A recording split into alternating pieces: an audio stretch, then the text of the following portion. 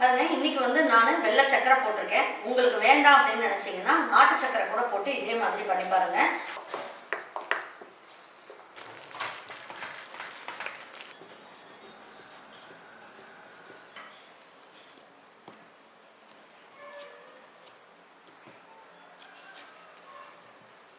பாருங்க, சூப்பராக நல்ல டேஸ்ட்டாக நல்லா சாஃப்டாகவும் மைசூர் பாக்கு நல்ல ஜம்முன்னு கிடச்சிருக்கு.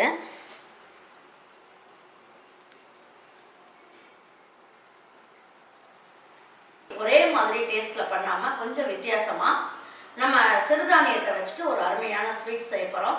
இதை வந்து பிள்ளைங்களுக்கு பிடிச்ச மாதிரியும் பெரியவங்களுக்கு பிடிச்ச மாதிரியும் கடையில் வாங்குற மாதிரி எப்படி செய்யலாங்கிறத பார்க்கலாம் வாங்க. நம்ம ஈரோடு அம்மாச்சி மசாலா வகைகள் எல்லாமே ஃபஸ்ட்டு குவாலிட்டி இன்க்ரீடியன்ட்ஸ் தான் பயன்படுத்துகிறோம்.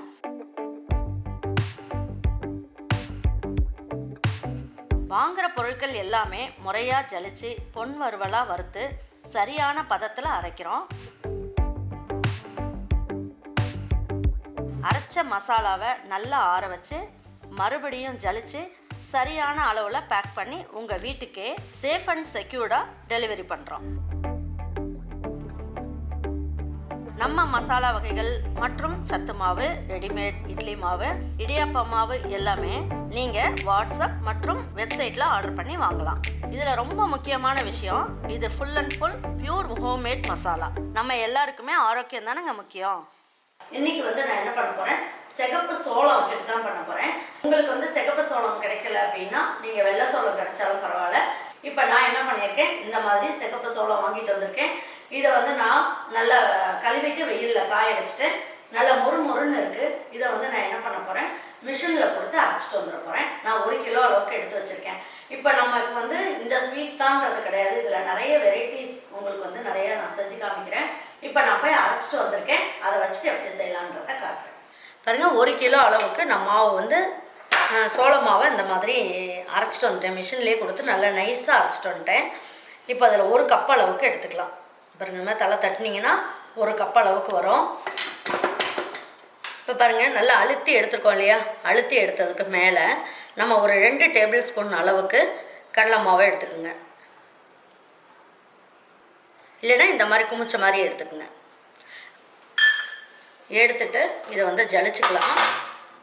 பாருங்கள், இந்த கடலை மாவும் சோள மாவும் இதில் போட்டுக்குங்க.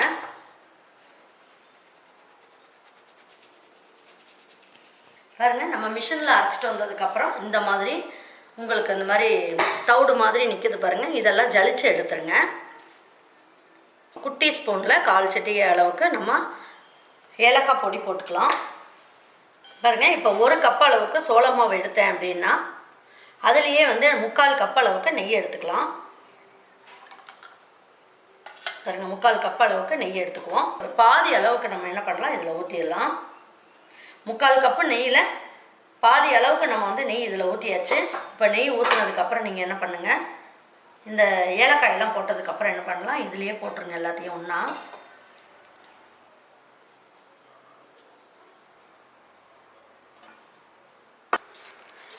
இப்போது இந்த நெய் போட்டிருக்கோம் இல்லையா, இதுலேயே நம்ம என்ன பண்ணலாம், இந்த பவுடரை வந்து கரைச்சிடலாம்.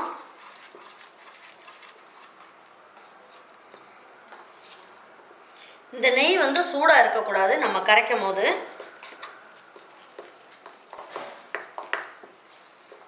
இன்னும் கொஞ்சம் ஊற்றிக்கலாம். கட்டி இல்லாமல் கரைச்சிக்குவோம். பாருங்கள், இந்த அளவுக்கு கரைச்சாச்சு, கட்டியெல்லாம் எதுவுமே இல்லை. இப்போ வாங்க ஸ்வீட் எப்படி செய்யலாங்கிறத பார்ப்போம். பாருங்கள், இப்போ 1 கப் அளவுக்கு சோள மாவு எடுத்துருக்கோம் அப்படின்னா அதே கப்பில் 1/4 கப் அளவுக்கு நம்ம சர்க்கரை எடுத்துக்கலாம்.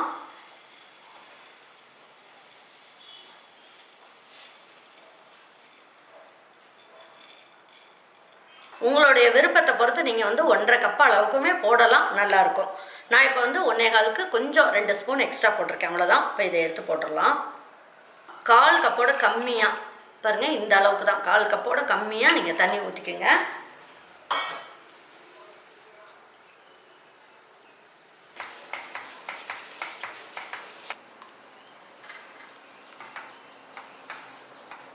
பாருங்கள், நம்ம கடையில் வாங்கின சர்க்கரைனாலும் பரவாயில்ல, அப்படி இல்லை அப்படின்னா ரேஷனில் வாங்குகிற சர்க்கரைனாலும் பரவாயில்ல, நீங்கள் இந்த மாதிரி பாகு காய்ச்சும் போது என்ன பண்ணுங்கள், கொஞ்சமாக ஒரு 1/4 ஸ்பூன் அளவுக்கு பால் ஊற்றிக்குங்க. எதுக்காக இந்த பால் ஊற்றணும் அப்படின்னா, நமக்கு இந்த மாதிரி காய்ச்சும் போது என்ன ஆகும், இதில் சப்போஸ் அழுக்கு இருந்தது அப்படின்னா நல்லா நுரைச்சி வரும்போது அப்படியே மேலே வந்துடும், நம்ம எடுத்துடலாம்.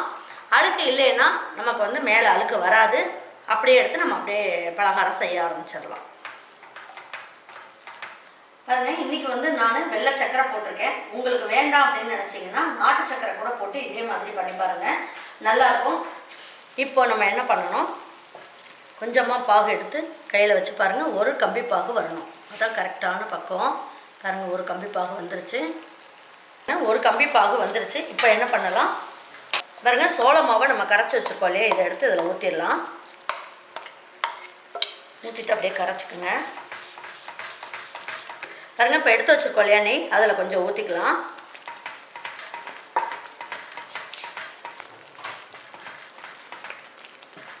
பாருங்கள், நம்ம செஞ்சிட்ருக்கும் போது இந்த ட்ரேயில் நெய் தடவி எடுத்து வச்சுக்கலாம்.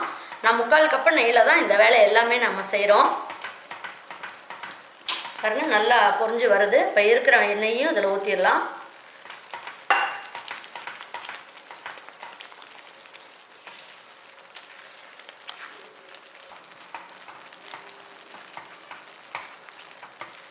இது வந்து பார்த்திங்கன்னா நமக்கு டீ கடைகள்லாம் கிடைக்கும் இல்லையா மைசூர் பாக்கு, அந்த மாதிரி சூப்பராக இருக்கும் இந்த நெய் மைசூர் பாக்கு. பாருங்கள், இந்த மாதிரி நல்லா பொரிஞ்சு வரணும். இந்த மாதிரி வந்ததுனா தான் எல்லா பக்கமும் உங்களுக்கு வந்து நல்லா பொறன்னு இருக்கும்.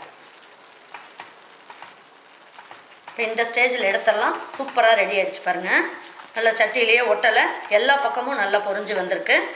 இப்போ ஸ்டவ் ஆஃப் பண்ணிடலாம். இப்போ நெய் தடவின பாத்திரத்தில் எடுத்து ஊற்றிடலாம்.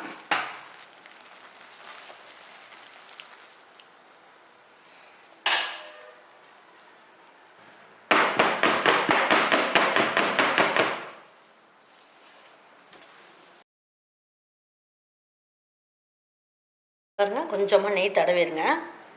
தடவிட்டு இது சூடாக இருக்கும் போதே நம்ம அறுத்துடலாம்.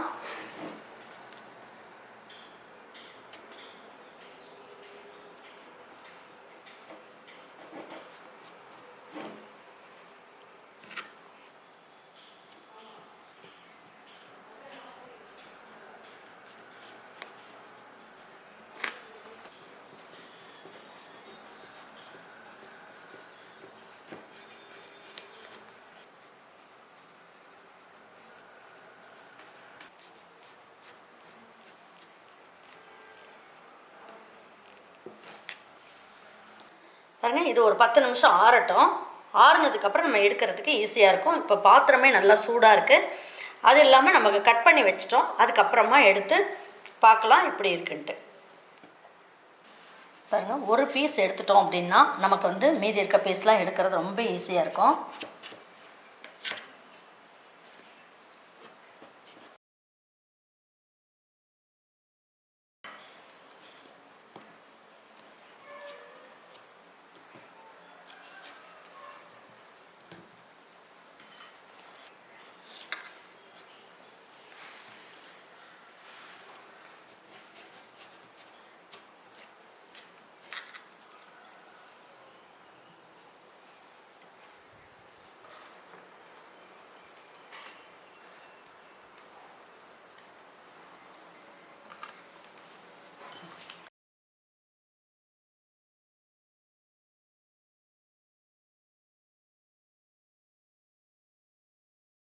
பாருங்கள், சூப்பராக நல்லா டேஸ்ட்டாக நல்லா சாஃப்டாகவும் மைசூர் பாக்கு நல்லா ஜம்முன்னு கிடச்சிருக்கு.